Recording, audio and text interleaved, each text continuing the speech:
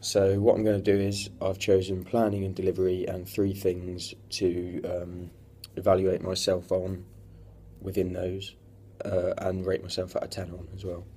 So starting with planning, I chose timing, so how long each thing was going to take in the session. I wrote that down on the sheet before so that I knew exactly how long everything was going to take within the half-hour session, as you can see on the plan there.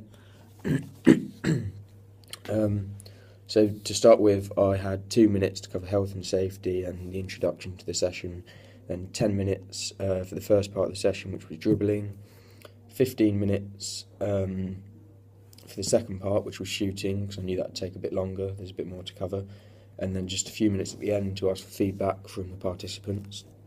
And all in all, that added up to exactly half an hour, so I gave myself 10 for timing on planning.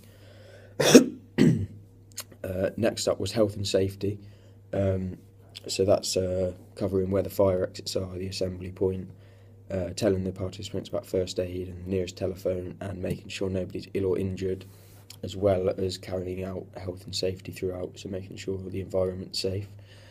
I gave myself an 8 for this because although everything was covered at the start, there were cones on the floor during the session, and that is a hazard really. I did make everybody aware the cones were there, but that is still a risk, a hazard, so people could trip over them potentially, so that's why I didn't quite give myself a 10 or a 9.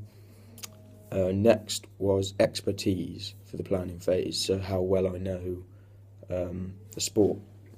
I chose basketball because I know it quite well and I enjoy it, but my expertise in that sport isn't great. I know the basics, and I'm able to teach them, so that's why I chose it, and I gave myself a 5 for expertise because of that.